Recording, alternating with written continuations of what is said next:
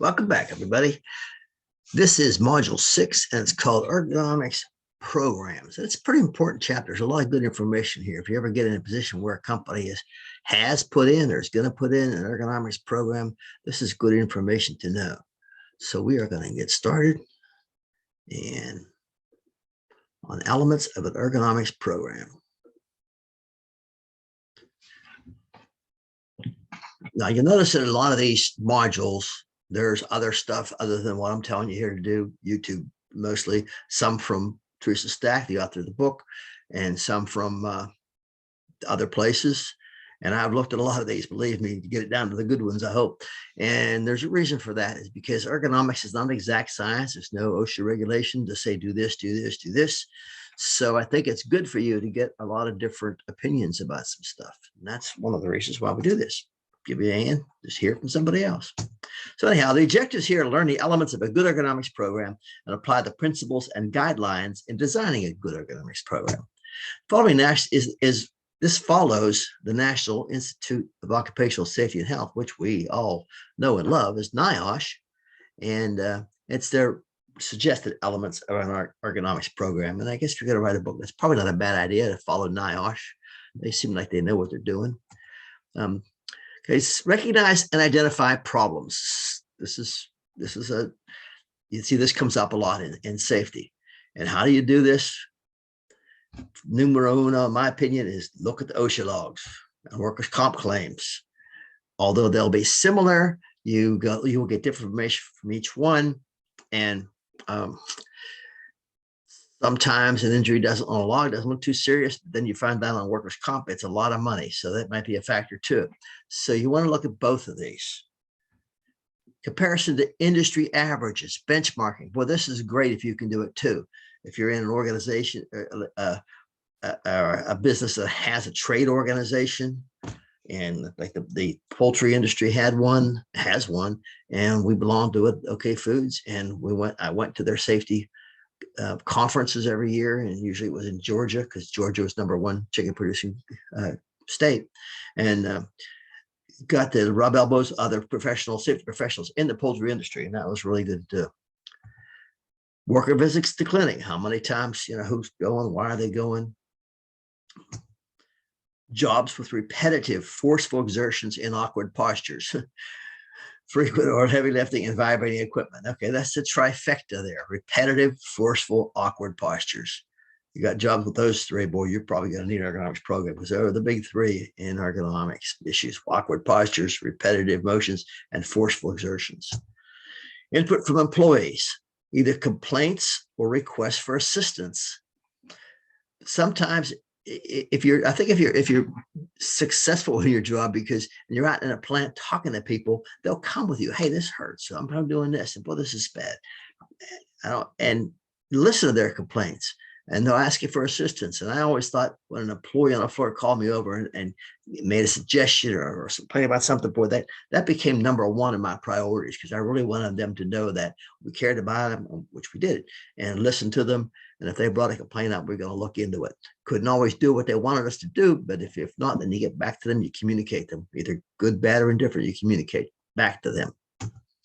So after you've identified the problems, you want to obtain a commitment from upper management for adequate resources, because you're going to need these resources to train the workforce, bring in outside experts if needed, implementing improvements.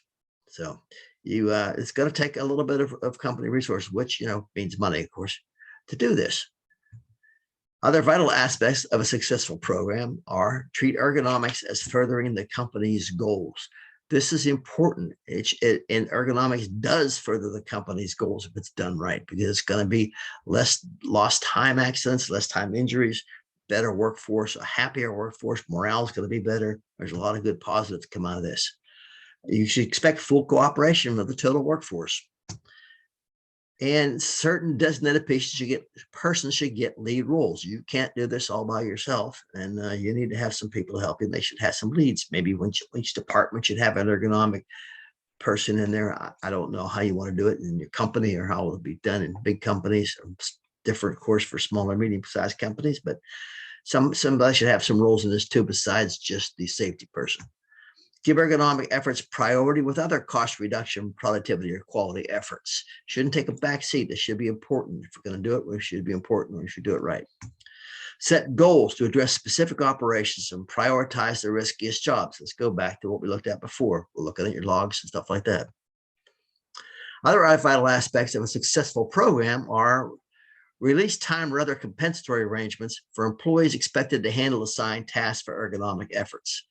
In other words, give them time to do it. If they're supposed to be handling this and they're on a production line, well, they need to come off that production line for a while and take care of this.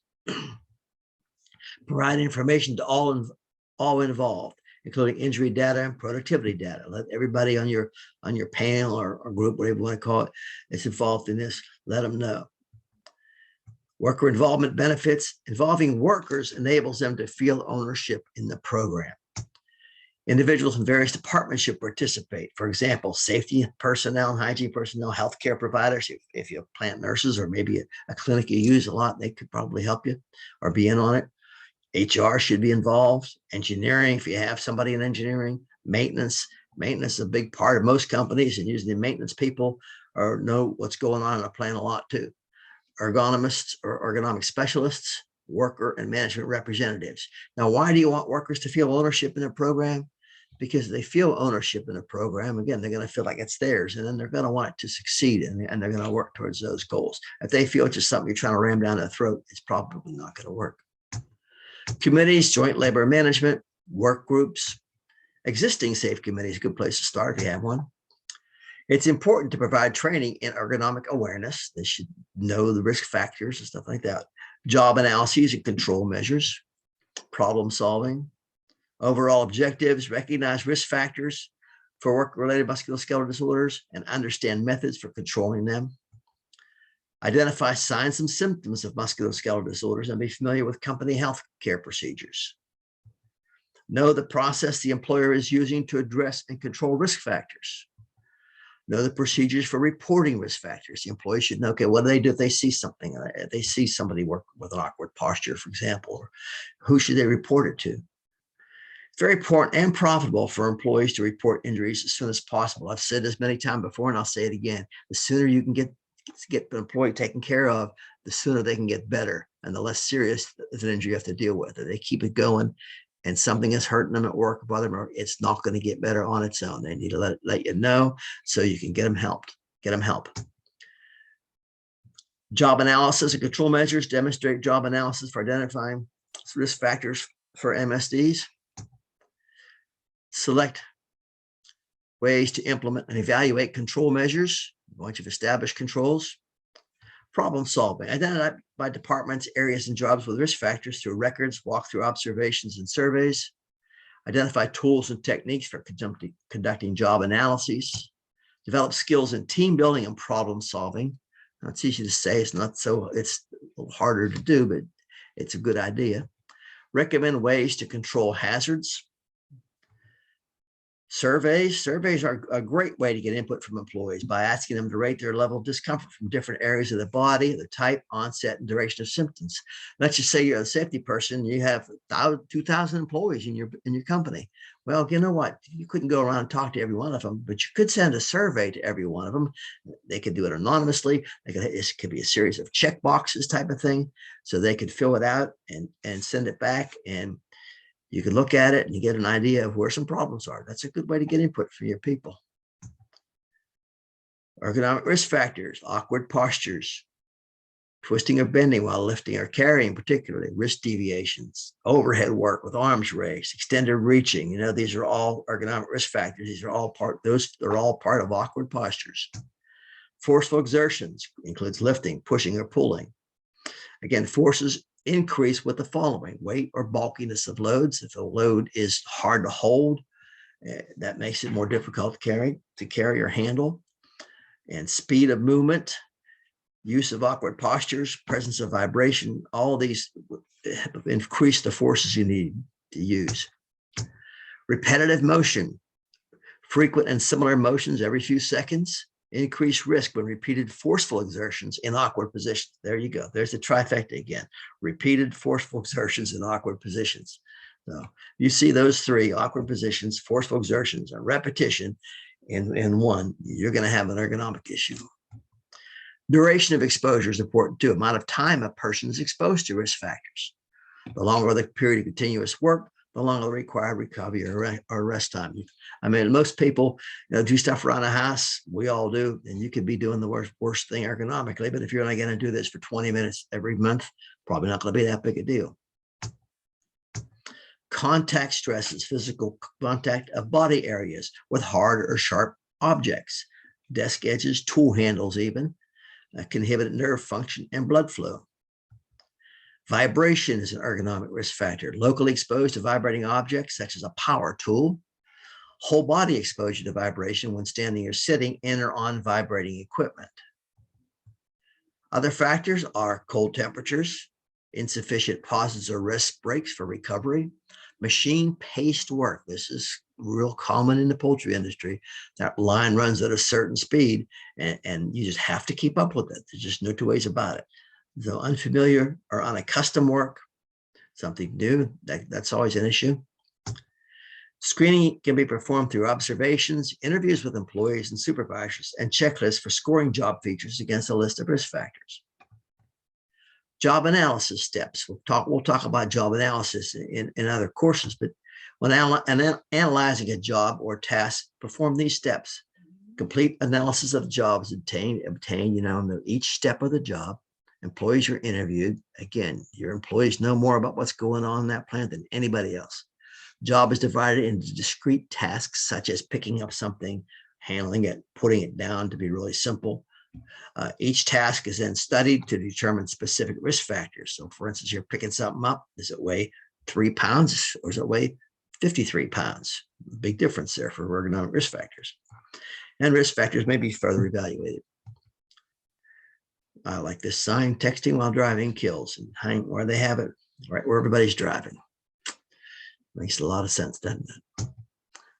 Okay, again, job analysis, the task. Describe the tasks in terms of the following: tools, equipment, and materials used to perform the job, workstation layout and physical environment, task demands, and organizational climate. Those are all things taken into consideration.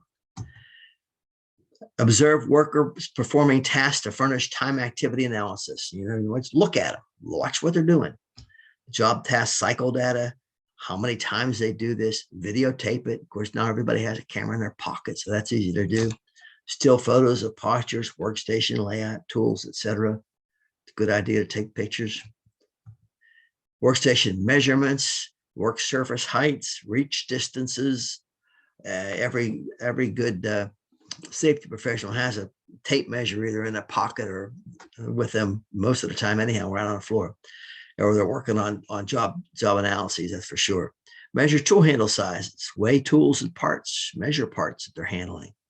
Does this tool weigh half a pound or does it weigh 3 pounds? That's a big difference when you're using something every day. Determine characteristics of work surfaces, such as slip resistance, hardness, and edges. Slip resistance is a good thing too. If your feet are slipping around on something, it's going to take you a lot more of your body force to maintain a good place to stand. You're fighting the resistance of the foot. Your foot and standing surface is slick. You're fighting that all the time. Measure the exposure to cold, heat, whole body vibration, etc. Biomechanical calculations. Muscle forces required to complete tasks or pressure on spinal discs based on load lifted. For example, the NIOSH lifting guide. We're going to go into that stuff in biomechanics, and we're going to go into the NIOSH lifting guide in this course down the road a little bit. Special questionnaires, interviews, and subjective rating procedures. Develop controls. After studying the data, develop controls to reduce the problems or issues. Engineering controls. Reduce or eliminate potentially hazardous conditions. In a nutshell, isolate people from the hazard. That's what engineering controls do. Administrative controls. Changes in work practices and management policies.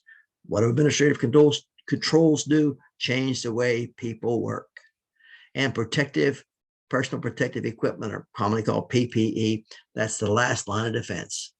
If hopefully engineering control will work, there may be an administrative control, but if they don't work, or sometimes they even do to some degree, PPE might still be necessary.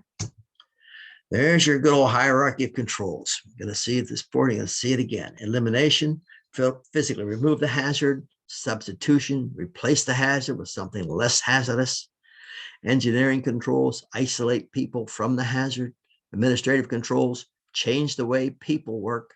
And PPE, protect the worker with personal protective equipment. You can see the bar on the left, the most effective at the top, the least effective at the bottom. This is a classic time-tested method for dealing with controls. Again, engineering controls change the way material, parts, and products are transported, for example. Change the process or product to reduce risk factors. Modify containers and parts presentation, such as height adjustable bins. Those are good if somebody's reaching over something into a bin, and at the top it might be easy to get out, but at the bottom more difficult, so maybe the bin can be height adjustable. Change workstation layout, height adjustable workbenches. Change the way parts, tools, and materials are to be manipulated. Fixtures to hold workpieces sometimes. Change tool design, like pistol grips for knives instead of a straight knife. Change assembly access and sequence, remove physical and visual obstructions. Just remember what Henry Ford said a long time ago, that everything brought to the guy, what the man who was at his station on the assembly line, and I'm saying a man because that's all it was at the time. Nowadays, it's the employer, the worker, and it should always come at waist high. And he knew that was a pretty good place to have it if you're going to be working on something around waist high. Administrative controls, reduce shift length or curtail overtime. Rotate workers through several jobs with different physical demands. This is a good way to do it, and usually not a real difficult way to do it. And also, it gives you some backups with people trained in different jobs. And so, you have somebody absent, you can have somebody else fill in for them. And let's face it, people are going to be absent. Schedule more breaks for rest and recovery. Broaden or vary job content. This is somewhat similar to rotating, but instead of, in other words, instead of just putting in the left-handed widgets all day long, maybe you put in the left-handed widgets in the morning and you go and put in the right-handed thingamajobs in the afternoon. Adjust the work pace. Management's not going to like it for this, but you might have to do this. If the work pace is just too much to keep up with, you might be able to adjust the pace. Maybe even another person might be able to take it so that everybody else's pace is a little bit less, and that may pay off. Train workers to recognize risk factors for musculoskeletal disorders. These are risk factors that we're going to go in it, and we've talked about many times in this class, and we'll continue to talk about. And it's not a secret. Let your people know what they are. So when that happens, or they see it happening to themselves or other people, they'll know, hey, wait a minute, let's take a look at this, or let's get the safety guy over here. Instruct workers in work practices that can ease task demands. Train your people. Personal equipment. Hard hat, safety shoes, safety goggles, and so on are a barrier against hazards, while wrist supports, back belts, and vibration attenuation gloves are not barriers against risk factors for musculoskeletal disorders. There's not enough evidence to verify the effectiveness for these types of personal protective equipment for ergonomic issues. Again, hard hats and safety shoes and goggles really much aren't ergonomic issues. Same thing I could think of, maybe like knee pads or something like that might be, but not a lot of PPE is helpful in the ergonomic field.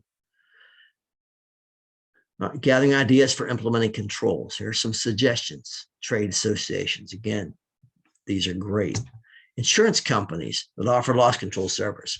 If your company has workers' comp, well, and it has to if you're in the United States and you have more than, I don't know, every state's a little bit different, but I'm sure it's more than just a few employees. They probably have a loss control department. Almost guarantee it. And if they do, they'll probably welcome the chance to come to visit you and help you out. Consultants are good. You can't know it all. So consultants can help you a lot. Vendors can help you actually too, especially on their equipment, of course. So if you're buying, for example, if you're buying safety harness for fall protection, I guarantee your vendor will come in and train your people on it. Visit other work sites. If there's a similar workplace nearby, maybe you could trade off. They could visit you and you could visit them. And Wouldn't have to be exactly in your industry, but they might be doing some simple things, similar things rather. So look into that. Networking with like-minded individuals. This is great if you have like a safety council, like the River City Safety Environmental Council. Get have dinner. We had a lunch every month, and the COVID thing kind of put an end to that. I don't know if it'll start up again, but because I'm not out there in that business anymore. So, but talk to other safety professionals, like-minded individuals. Implementing the controls, trials, or tests of selected solutions. So you might might not be a bad idea. You think this is going to work? Give it a try in maybe a one department, for example. Making modifications and revisions, full-scale implementation. Then, if it works out, follow it up to evaluate effectiveness of controls. Anytime you put in controls, you need to follow it up to make sure that the controls are correct and are put in, and they're working properly. And they're effective. What's the point of doing it if they're not effective? Designate the personnel responsible for this. One person can't do it all. So create some kind of timetable. It doesn't have to be etched in granite, but you say, okay, by the end of the week or month, we're going to do this, or every week we're going to get together and update it maybe, but have some kind of timetable so people just don't let it, what happened? Oh, 6 months have gone by, nothing's been done. That happens. Consider the logistics necessary for implementation. Evaluate the effectiveness of the controls. Use risk factor checklist or other job evaluation method. Repeat the symptoms survey and compare with prior results, often in conjunction with checklist and other job analysis method. Maybe do that survey again. Look at just kind of like you do in hearing protection. You have a baseline, well, your baseline survey that you did before you started doing all this stuff, and now do another survey and see how it compares to the baseline. That's a really good idea. Short-term evaluation should occur 1 or 2 weeks after implementation. Long-term evaluations, so they should indicate reduction in incident rate of musculoskeletal disorders, reduction in severity rate of musculoskeletal disorders, increase in productivity and work quality, reduction in job turnover or absenteeism.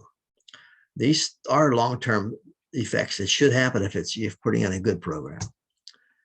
Healthcare management, employer responsibilities here, provide education and training regarding recognition of symptoms and signs. Again, of musculoskeletal disorders, people need to know what the symptoms and signs are. Don't wait until it's too bad, until they can't move anymore, they can't come to work.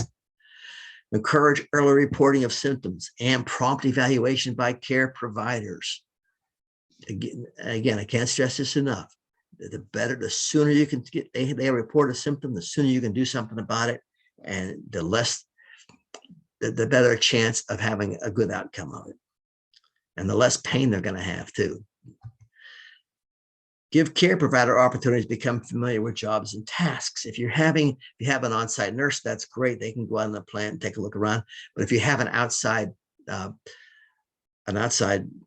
clinic, most of them will want to do this. They'll come along, look at your stuff and see what kind of jobs and tasks you have.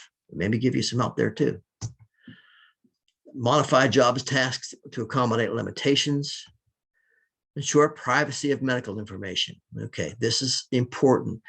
In safety, get to talking to people at work, not just in safety, and sometimes they'll confide in you things about their personal medical history. And you don't really want to tell them to not tell you. You might, but they're probably going to tell you anyhow if they want to. They're going to tell you. What do you do with this information? Nothing. You don't pass it on. You don't tell anybody else. You don't write it down. That's their personal medical information, and you don't want to let it go any further. That's very, very important. Follow workplace safety and health rules. That's the employer responsibilities. Yep. Follow work practice procedures related to the jobs. Report early any signs or symptoms of musculoskeletal disorders. This is an employer responsibility. Employee responsibilities: follow workplace safety and health rules too, of course. Follow work practice procedures related to the job, of course, just like the employer. Report any early signs or symptoms of musculoskeletal disorders. Again, I say it again, the earlier the better. Healthcare management of the care provider, their responsibilities in this whole thing. Acquire experience in training and evaluation and treatment of musculoskeletal disorders. If they're an occupational network of occupational health, they're probably pretty familiar with it. Become familiar with employees' jobs and tasks. Again, have them come into your plant, look around. Ensure employee privacy and confidentiality. If they're in the medical field, they should be doing that anyhow. Evaluate. Now, when it comes to privacy and confidentiality, there's a little bit of difference here between something that's work-related and something that's not. If it's a personal medical issue, by all means, you tell nobody. But if it's a work-related, that's different. That's not as confidential. It's still, you don't blast it out to everybody. But if there's a need to know somebody, then that's okay. I mean, the employees can tell you that, and you can go to your boss or the HR, somebody, you can go with that. If it's work related, that's different than a personal medical thing. If the medical issue is work related, it's not as confidential. You can share that with people in your company that have a right to know, not just anybody, but people have a right to know. Ensure employee privacy and confidentiality. Okay, that's what we talked about right there. Evaluate symptomatic employees, including medical histories and symptoms, the description of their work activities, what are they doing, physical examinations, initial assessment or diagnoses. These are what your medical healthcare management or medical care provider responsibilities are. Consider opinions as to whether occupational risk factors caused, contributed to, or exacerbated conditions.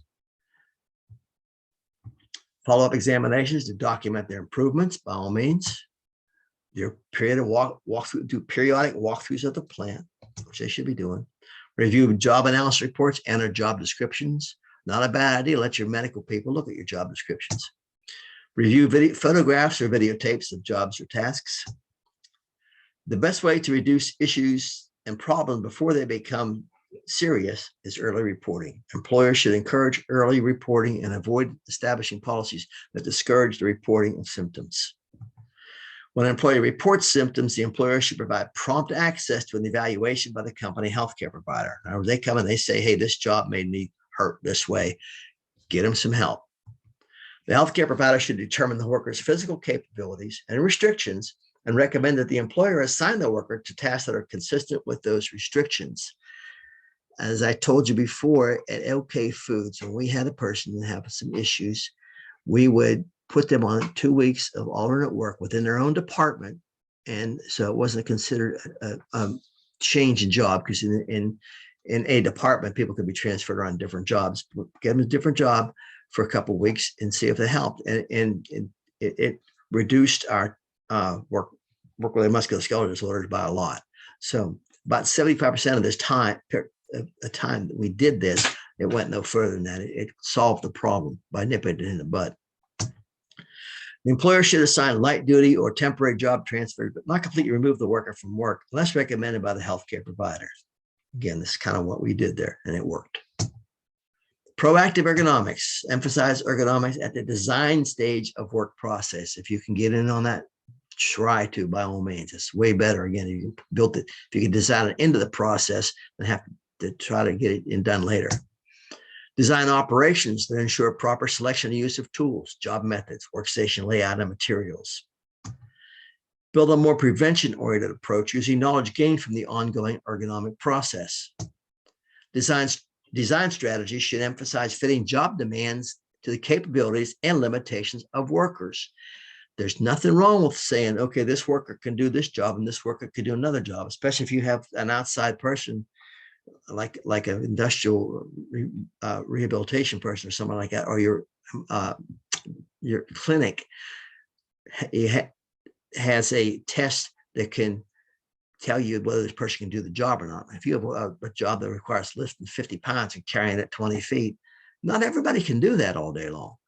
So yeah, it's a good idea to have fit for duty on, especially not on, you don't have to have fit for duty tests on every job, but maybe on the tough ones, you need to do that. So the people that are doing that job are capable of doing it. Don't go in there and get hurt on the first day. Design strategies should target causes of musculoskeletal disorders. Engineering approaches are preferred over administrative approaches every time. This is the Hawthorne effect. This term was coined in 1958 when analyzing experiments at Hawthorne Works, a Western Electric factory outside of Chicago. The Hawthorne Works had commissioned a study to see if their workers would become more productive in higher or low levels of light. The workers' productivity seemed to improve when changes were made and slumped when the study ended. It was suggested that the productivity gain occurred as a result of the motivational effect on the workers of the interest being shown in them. The effect is observed from minute increases in illumination.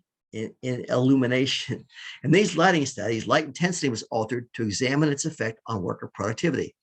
Most industrial occupational psychology and organizational behavior textbooks refer to the illumination studies.